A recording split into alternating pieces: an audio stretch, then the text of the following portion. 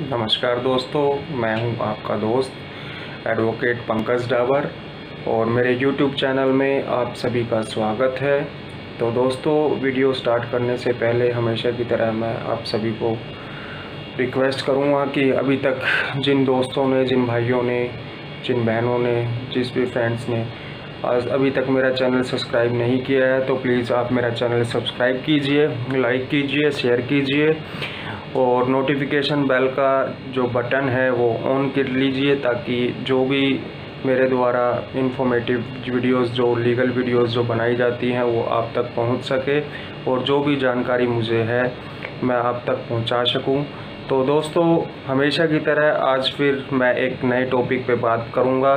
एक नया टॉपिक जो है वो मैं लेके आया हूं आपके समक्ष। तो दोस्तों, आज जो टॉपिक है वो एक बहुत अच्छा टॉपिक है और आजकल जो है इसकी बहुत डिमांड आ रही थी कि मैं इस टॉपिक पे बात करूं, क्योंकि जो समाज के अंदर है वो यही सब कुछ चल रहा है जो मैं इस टॉपिक के अंदर बात करूं आपसे। तो आज का जो टॉपिक है दोस्तों वो है कि आजकल जो देखा जा रहा है, जो सुना जा रहा है कि लोग जो हैं एक दूसरे के खिलाफ़ झूठी FIR जो है वो कर देते हैं। झूठी FIR जो है वो पुलिस स्टेशन में दर्ज कराने की कोशिश करते हैं और जो है झूठी रिपोर्ट जो है वो बनाने की कोशिश करते हैं। वो आपसी जेलसी के बीच, आपसी लड़ाई झगड़े के बीच में ऐसा होता है कि आपस में कोई रंजिश में या कोई जेलसी में वो एक दूसरे के खिलाफ़ जो है वो झूठी FIR करने की कोशिश करते हैं और बहुत से लोग जो हैं झूठी FIR करते हैं। तो आप इस झूठी FIR से कैसे बच सकते हो और इस झूठी FIR को आप कैसे कैंसिल करवा सकते हो, तो इसी वीडियो में मैं आपसे हर एक स्टेप पे बात करूंगा कि आपको कैसे कैसे क्या करना है। अगर आपके ऊपर कोई झूठी FIR कर देता है तो आपको किन चीज़ों का ध्यान रखना है और उसको आप कैसे कैंसिल करवा सकते हो। तो चलिए दोस्तों, ज़्यादा समय ना लेते हुए अब टॉपिक की तरफ आते हैं, वीडियो की तरफ आते हैं। तो दोस्तों, मैं आपको बता देता हूं कि अगर आपके ऊपर कोई झूठी FIR करता है तो आपको किन चीज़ों का ध्यान रखना है और आप उसको कैसे कैंसिल करवा सकते हो। तो दोस्तों, सबसे पहले ये समझना पड़ेगा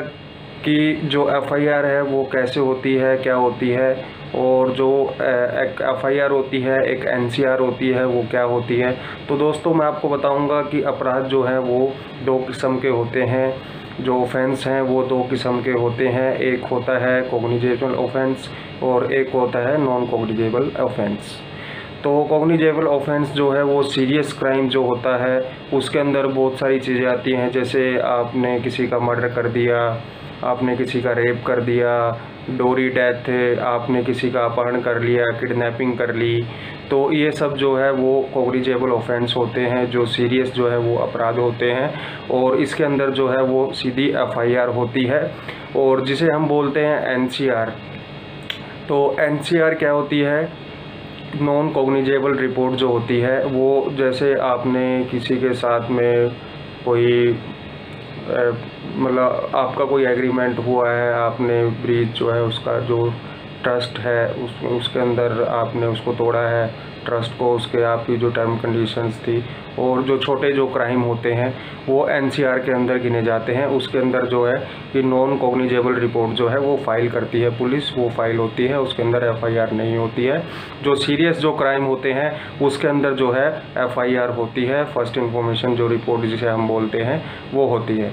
तो दोस्तों, अगर अब मैं आप बात करना चाहूँगा कि आपके ऊपर कोई झूठी FIR कर देता है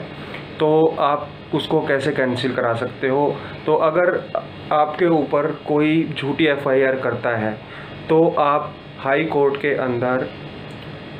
CRPC धारा 482 के तहत एप्लीकेशन लगा सकते हो। उसके अंदर आप मेंशन कर सकते हो कि ये सब जो केस बनाया है, जो FIR की गई है, ये झूठी है और इसको मैं जस्टिफाई कर सकता हूँ, मेरे पास एविडेंसेस हैं। जैसे कि फॉर एग्ज़ाम्पल कि एक केस मान लीजिए, एक एग्ज़ाम्पल के तौर पे कोई आपके ऊपर कोई मर्डर का केस अगर लगाता है या चोरी का कोई केस लगाता है और उसके अंदर वो लिखता है कि इसने मर्डर किया है, इतनी तारीख को इतने बजे यहाँ पे ये चीज़ें थी, और ये सब चीज़ें जो है वो फाइल FIR के अंदर लिखवाता है। और आपके पास एविडेंसेस हैं कि जिस टाइम पे वो ऑफेंस हुआ आप उस टाइम पे वहाँ उस मौके पे थे ही नहीं, और आपके पास एविडेंस है, आपके पास CCTV फुटेज है, आपके पास विटनेस है, आपके पास कोई ऑडियो रिकॉर्डिंग है, कोई वीडियो रिकॉर्डिंग है, जिससे कि आप अपने आप को प्रूफ कर सको कि मैं वहाँ पे जब ऑफेंस हुआ, जो ये FIR के अंदर लिखा गया है कि इतने बजे इस प्लेस पे इसके सामने या यहाँ पे ये इस तरीके से ये जो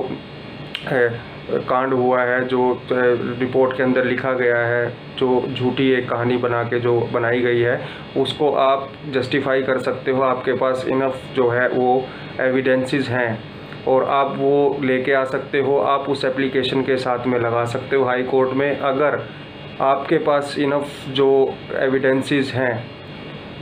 अगर वो वाकया में ठीक है, तो कोर्ट जो है वो ऑर्डर कर देती है और उस FIR को वो ख़त्म करने के ऑर्डर कर देती है, ख़त्म कर सकती है। 482 के अंदर मैंने आपको बताया कि आप एप्लीकेशन लगा सकते हो अगर कोई झूठी FIR करता है और आपके पास सफिशिएंट जो है वो एविडेंस हैं अपने आप को प्रूव करने के लिए कि मैंने ऐसा नहीं किया है, ये मुझे सिर्फ फंसाया जा रहा है, ये जो रिपोर्ट है वो झूठी है। वो अगर आप एविडेंसेस कोर्ट को दे देते हैं तो कोर्ट जो है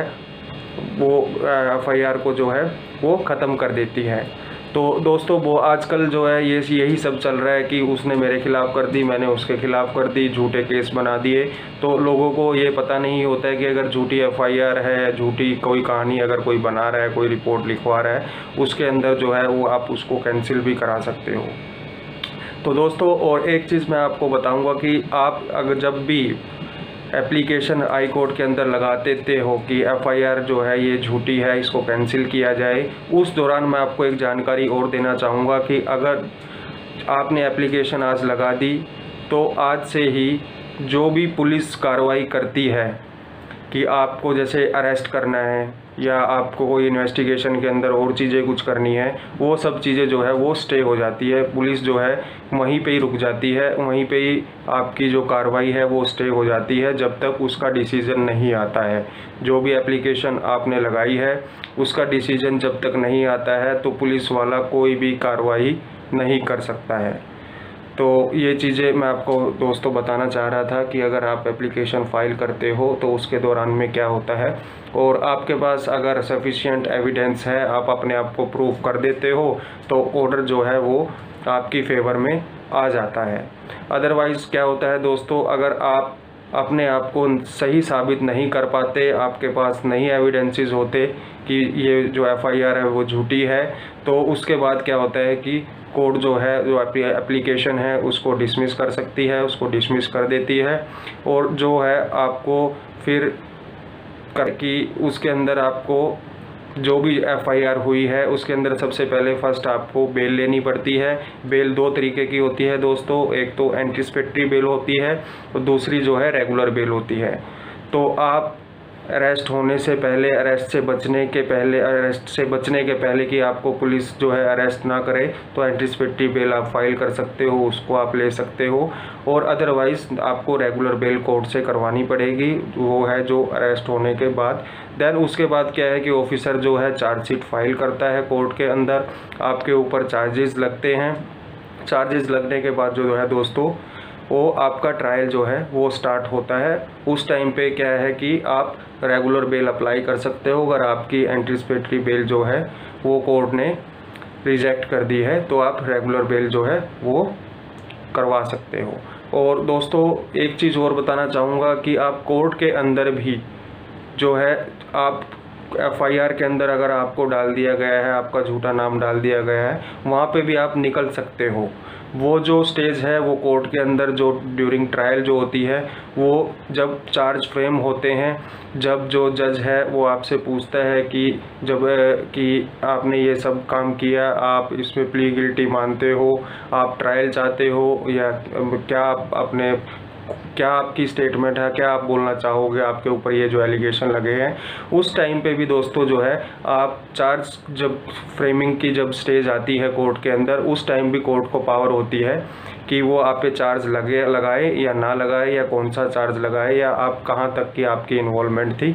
तो दोस्तों मैंने आज ये वीडियो इसीलिए बनाई है कि बहुत से लोग हैं आपसी जलन में, जेलसी में, आपसी